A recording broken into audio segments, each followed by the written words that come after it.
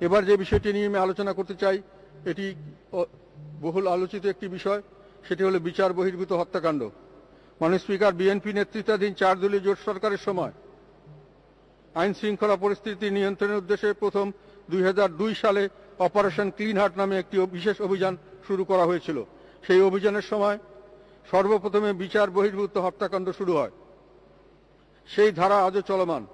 আইন ও সালিশ কেন্দ্র, হংকং ভিত্তিক এশিয়ান হিউম্যান রাইটস কমিশন এবং আমাদের দেশীয় মানবাধিকার সংস্থা অধিকার এবং জাতীয় বিভিন্ন দৈনিকে প্রকাশিত প্রতিবেদনে বিচার বহির্ভূত হত্যাকাণ্ডের যে পরিসংখ্যান পাওয়া যায় আমি তা এখন উল্লেখ করছি।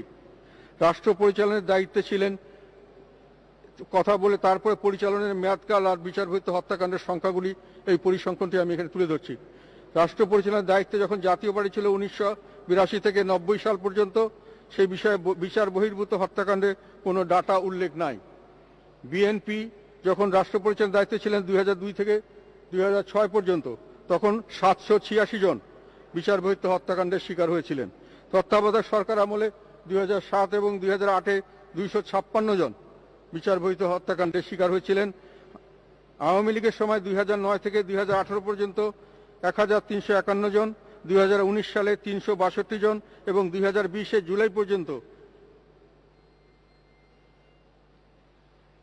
207 জন, মোট 1920 জন বিচার বহির্ভূত হত্যাকাণ্ডের শিকার হয়েছেন বলে এই সমস্ত পরিসংখ্যানে উল্লেখ করা হয়েছে।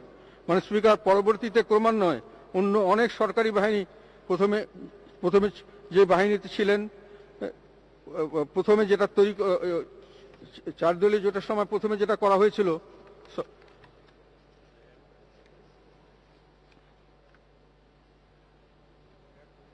উপরোক্ত পরিসংখ্যানে বোঝা যায় বিচার বহির্ভূত হত্যাকাণ্ড কোনোভাবেই বন্ধ করা যাচ্ছে না। এই অবস্থার অবসান ঘটনা এখন সমাজ ও রাষ্ট্রের জন্য একটা বড় চ্যালেঞ্জ হয়ে দাঁড়িয়েছে। অবস্থা এমন পর্যায়ে পৌঁছেছে যে প্রায়ই কোথাও না কোথাও গুলিবিদ্ধ লাশ পড়ে থাকছে। অনেক ক্ষেত্রে বাড়ি থেকে তুলে নেওয়ার পরেও লাশ পাওয়ার খবর পেয়েছেন স্বজনরা, এমন অভিযোগও রয়েছে। এ সকল ক্ষেত্রে ভুক্তভোগী পরিবার ও আইন শৃঙ্খলা রক্ষাকারী বাহিনীর তথ্যের মধ্যে অনেক সময় অনেক গড়মিল দেখা যাচ্ছে। বিচার বহির্ভূত হত্যাকাণ্ড যখন শুরু হয়েছিল তখন এই কাজের জন্য আইন শৃঙ্খলা রক্ষাকারী সংস্থার মধ্যে থেকে একটি বিশেষ বাহিনী সৃষ্টি করা হয়েছিল বিএনপির আমলে, সেটা যৌথ বাহিনী। পরবর্তীতে আইন করে র্যাব গঠন করা হয়েছে 2004 সালে। তারা এই কাজটি তাদের উপর দায়িত্ব ছিল। যে সকল ব্যক্তিবর্গ হত্যাকাণ্ডের শিকার হতেন তারা বেশিরভাগ ক্ষেত্রে সমাজ বিরোধী বা আইন ভঙ্গকারী হিসাবে বিবেচিত ছিলেন। বিচার কার্যের মামলা জট, অনিয়ম ও দুর্নীতি ইত্যাদি কারণে দোষী ব্যক্তিরা বিচার এড়িয়ে যেতে পারত। ফলে বিচার বহির্ভূত হত্যাকাণ্ডের সেদিক থেকে দ্রুততার সঙ্গে বিচার প্রদান করছে এ ধারণা অনেকের কাছে গ্রহণযোগ্য হতো। সাধারণ মানুষ সে কারণে বিষয়টিকে ততটা খারাপ বিবেচনা করতেন না। তবে আমরা সবসময় এর বিরোধিতা করেছিলাম, কেননা দ্রুততার সাথে বিচার কার্য সম্পন্ন করে সাজা কার্যকরী করার মাধ্যমে সমস্যা সমাধান করার উদ্যোগ নেওয়া যেতে পারত। সেজন্য বিশেষ আদালত গঠন বা অন্য কোনো আইনি কাঠামোর মাধ্যমে এটা করা সম্ভব ছিল বলে আমরা বিশ্বাস করি। পরবর্তীতে ক্রমান্বয়ে অন্য অনেক সরকারি বাহিনী বিভিন্ন অজুহাতে দোষী অবলিক নির্দোষ নিজেদের বিবেচনায় কে দোষী কে নির্দোষ বাহিনীর বিবেচনা করছেন ও অনেক ক্ষেত্রে ব্যক্তি স্বার্থে এমনকি ভাড়াটিয়া বাহিনী হিসাবে বিচার বহির্ভূত হত্যাকাণ্ডে জড়িত হচ্ছে বলে অভিযোগ এমনকি মামলায় প্রমাণিত হচ্ছে। মাননীয় স্পিকার, মাদক বিরোধী অভিযান, চরমপন্থীদের দমন, পেশাদার সন্ত্রাসী, ধর্মীয় উগ্রপন্থীদের দমনের উদ্দেশ্যে বিভিন্ন নামে পরিচালিত অভিযানে কথিত বন্দুকযুদ্ধের মাধ্যমে বিচার বহির্ভূত হত্যাকাণ্ড সংঘটিত হয়। এখন এই তালিকায় রাজনৈতিক কর্মী, ব্যবসায়ী ও বিভিন্ন পেশার কর্মজীবী এবং অবসরপ্রাপ্ত ও ব্যক্তিগণ আইন শৃঙ্খলা রক্ষাকারী বাহিনীর সদস্যের লোভ লালসার শিকার হয়ে কথিত বন্দুকযুদ্ধে ও গুমের মতো ঘটনার ভিকটিম হচ্ছেন। এ ধরনের ব্যাপক অভিযোগ বিভিন্ন গণমাধ্যমে প্রকাশ হয়, অহরহ ও লোকমুখে আলোচিত হতে দেখা যায়। অনেক ক্ষেত্রে বলা হয় আইন শৃঙ্খলা বা কোনো রাষ্ট্র বাহিনীর সাথে যুক্ত নয়। সেক্ষেত্রেও কিন্তু রাষ্ট্র বা আইন শৃঙ্খলা রক্ষাকারী বাহিনী তাদের দায়িত্ব এড়িয়ে যেতে পারেন না।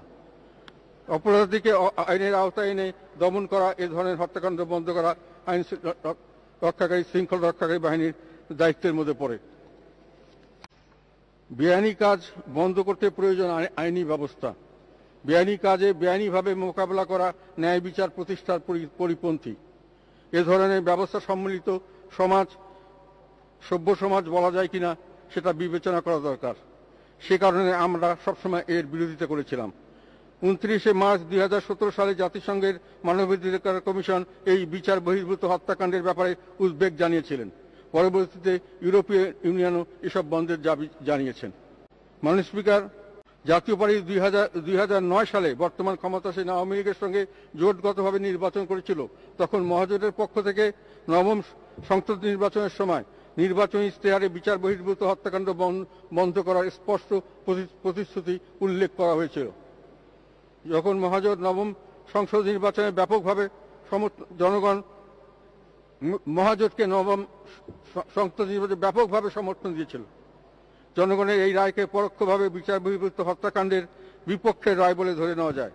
দশম সংসদ নির্বাচনে ক্ষমতাসীন দলের নির্বাচনী ইশতেহারে বিচার বহির্ভূত হত্যা প্রসঙ্গটি বাদ পড়ে যায় এবং একাদশ সংসদ নির্বাচনের ইশতেহারে বিষয়টির কোনো উল্লেখ নাই।